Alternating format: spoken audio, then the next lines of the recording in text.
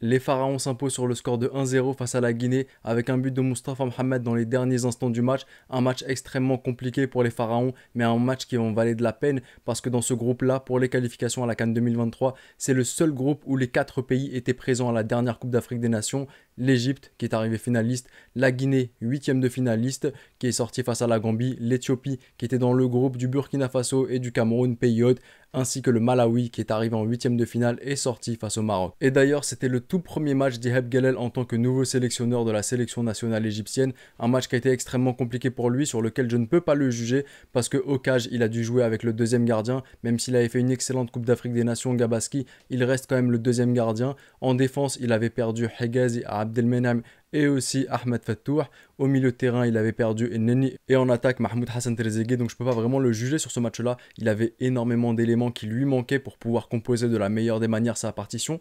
En revanche, quand même, il y a quelque chose à dire. Certes, Ihab Gelel apporte une nouvelle philosophie de jeu. Certes, Ihab Gelel est nouveau, mais les joueurs là sur le terrain, ils ont joué la CAN ensemble, ils ont joué les qualifications à la Coupe du Monde ensemble. Il y en a certains, ça fait 10 ans qu'ils jouent ensemble et ils savent pas aligner deux passes. On peut me dire que l'entraîneur est nouveau, mais les joueurs ils sont pas nouveaux. Ils évoluent pas avec de nouveaux joueurs. Là, ça fait des mecs, ça fait 10 ans qu'ils sont ensemble. Ils étaient ensemble en équipe olympique et ils galèrent encore à se faire des passes. Donc là, j'ai vraiment un problème avec l'Égypte, notamment, surtout entre la défense et le milieu de terrain. Normalement, les lignes, elles doivent être comme ça. Ici, tu as la défense, ici, tu as le milieu de terrain. Le milieu de terrain, il se retrouve là. Donc la défense, elle a aucune solution. Elle doit toujours balancer des longs ballons pour le milieu de terrain parce qu'il n'y a personne qui essaye de rapporter des solutions pour construire de plus bas. Et ça date pas d'hier, ça date pas d'Ihab Gelel, ça date de l'époque d'Hector Cooper qu'on a ce problème-là. Donc va falloir vraiment le régler. Et enfin, le coaching d'Ihab Gelel, je pense que c'est un coaching assez hasardeux. Il a juste remplacé du poste par poste et ça a fini par payer.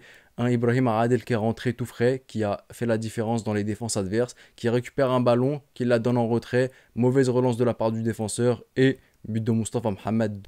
Donc on s'en sort vraiment plutôt bien face à cette Guinée grâce à ce but de Moustapha Mohamed. Il y a pas mal d'axes négatifs en Égypte, forcément la charnière centrale qui s'est quasiment pas compris sur les phases défensives où il y avait vraiment des espaces entre les deux joueurs, notamment Mahmoud Hamdelouin chez Yasser Ibrahim. Au milieu de terrain, Raml Soleil, je suis vraiment pas fan du joueur, mais encore moins aujourd'hui parce qu'il n'était pas complètement rétabli de sa blessure.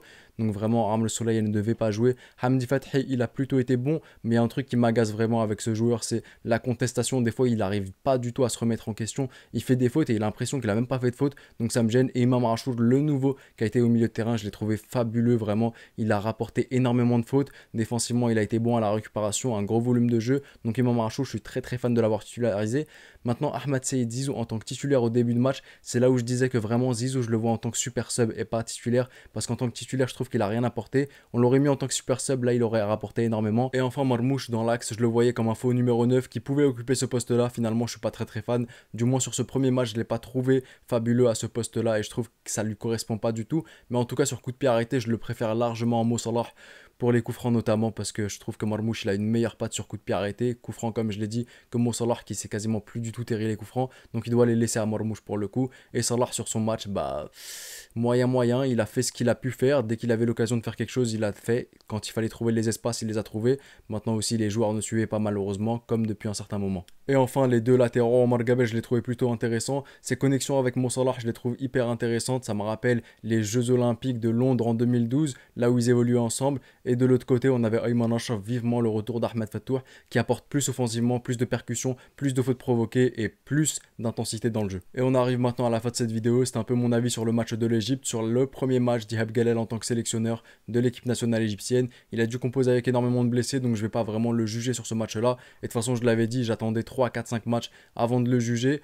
Mais bon, le match il a été moyen dans l'ensemble et les joueurs ont été moyens selon moi. Dites-moi ce que vous en avez pensé dans l'espace commentaire si vous avez regardé le match. Prenez soin de vous et de vos proches. C'était le petit pharaon et je vous dis...